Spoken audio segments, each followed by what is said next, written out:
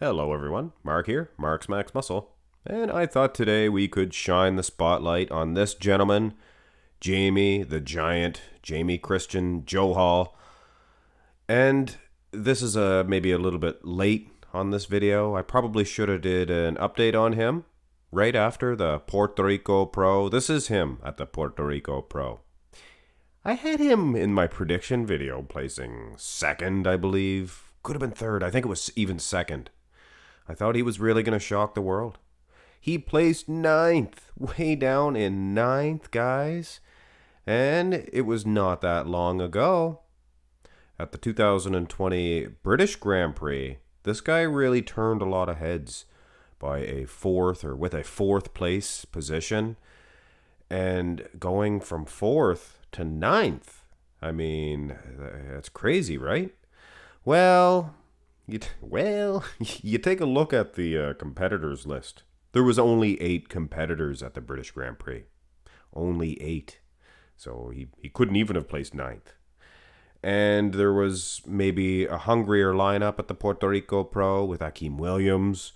I mean, he's a beast, guys. Hassan Mustafa and Shaban. Shaban was there. But there was a guy, Theo that Jamie, he did place ahead of at the British Grand Prix. And he lost to Theo at the Puerto Rico Pro. And is it just me?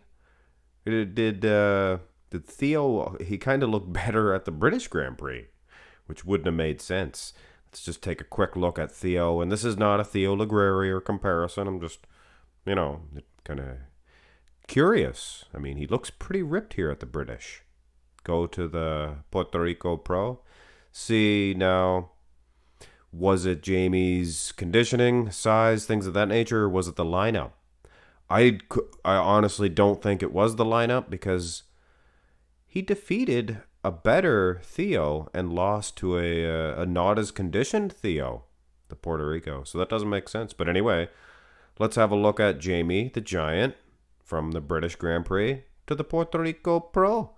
And I mention this every time. Of course, I put the Puerto Rico Pro first, which doesn't really make sense. But anyway, at the British Grand Prix, I don't like to use these versions because you notice his feet. You can see the square that he's standing in much more. The camera, it's above him. You know what I'm saying, guys? Takes from the bicep peaks, takes from everything. So we're really judging this one on conditioning, and maybe we'll see some muscle size, things of that nature from certain shots. You can't really gauge size in this one, though. His legs look a little thinner. They almost look more streamlined, good muscle separation at the Puerto Rico, but he looks harder, grainier. Looks maybe slightly heavier when you look at the pecs and things of that nature at the British Grand Prix. So hard to tell from this pose. Go to the side shot, or actually no, sorry, this front lat spread. And this one here is not a bad shot. This one here, there was a few front lat spreads, and this one here suffers the most from the British Grand Prix angles. But this one here is not too bad. They actually got his upper body pretty good, and you can gauge, guys, there's a great big noodle vein on his lat at the British that is not there at the Puerto Rico. His delts, look at his delts at the British. They look bigger, they look better, and his pecs more striated. I do believe, I wager to say, that he is much fuller. He carved up much more. It looks good and streamlined at the Puerto Rico. But man, what a disappointment. I thought he was going to be, just as good as he was at the British, only bigger. I thought he was going to be huge, vascular. I mean, the guy's a beast. But it looked like it looks like he toned down a little bit. Now this, turn to the side. Now we can actually say this is the side shot. And holy cow, holy Toledo. You guys know what I'm looking at with this reaction? Wow. Give him one of my classic wows. His delt. Look at the size of his delt. At the British, it's twice as big. Whatever he was pumping into that baby, or maybe, trained differently. Pumped it up, full of carbs. He looks a little depleted. I mean, good and conditioned at the Puerto Rico. But I'm telling you right now, guys, it was more than just the placings.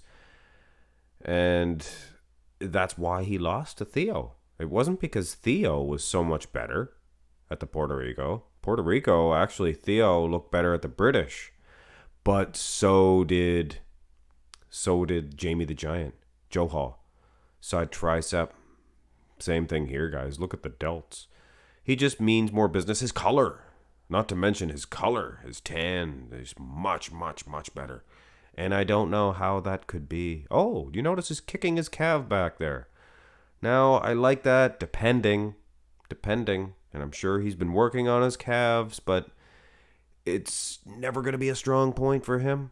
I mean, compare him with other guys with big calves, and it really, it sticks out that he has, he's working on them, but I wouldn't display them like this. Hadi Chupin does the same thing, and sure, he's working on the calves, but it makes them passable, not to be put out on display like that.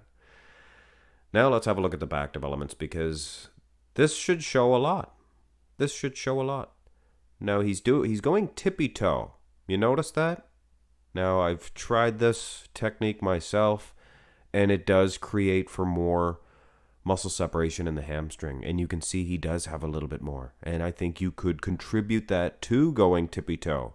But one thing that does, if you watch video footage, when you do try the tippy-toe, you shake. I mean, maybe not everybody. Kai Green probably wouldn't. Perfect poser, things of that nature. But it does make you vibrate, shake. So, hard to say. I mean, vascularity, from what I can see, glutes, he does look a little tighter, a little bit more conditioned at the British. But when you look at the back, there's no doubt. It looks like his muscles are being pushed out. Veins, at the British that is. And it looks like he's a little flat, a little depleted at the Puerto Rico. Go to the rear double. And same thing here. He's kind of going tippy-toe, and both of them, I guess. I gotta say, he's got a pretty good hamstring muscle separation at the Puerto Rico. Like I said, he's probably very conditioned, but he didn't carb up enough, I don't think. He's a little depleted. Not a little too smooth, Gorilla, just a little depleted. And he looks just as hard, just as grainy, maybe more at the British. Only he looks maybe about 10 pounds more. Maybe about 10 pounds heavier. Delts, twice as big, even from behind, guys. You can see the tops of them. They're mountains. And he, maybe he hurt his delts. Abs and thigh. And this is very explanatory here. You can see his midsection looks a little full. It looks fuller at the British. And it looks very flat at the Puerto Rico. So he's carved up. His stomach is full. Your midsection looks a little thicker. But everything else seems to be pushed out. Everything. Lats. Chest looks bigger, better. Looks like he means 100% more business at the British.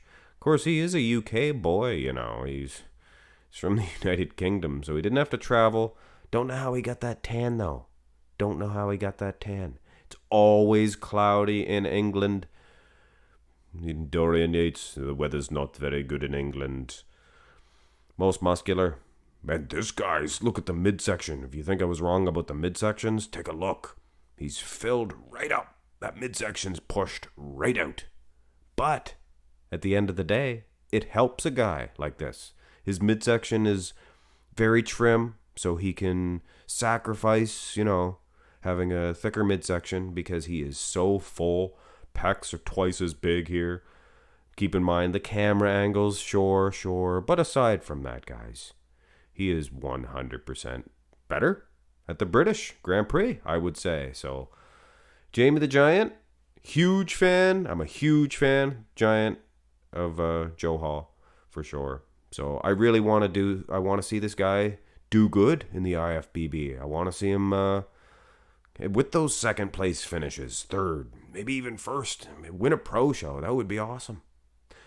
Anyway, guys, just my 2 cents. Huge fan of this guy and rapidly becoming a bigger fan. Jamie the Giant, Johal. Hit thumbs up on the video if you did find it informative and enjoyable. Have a great day, guys.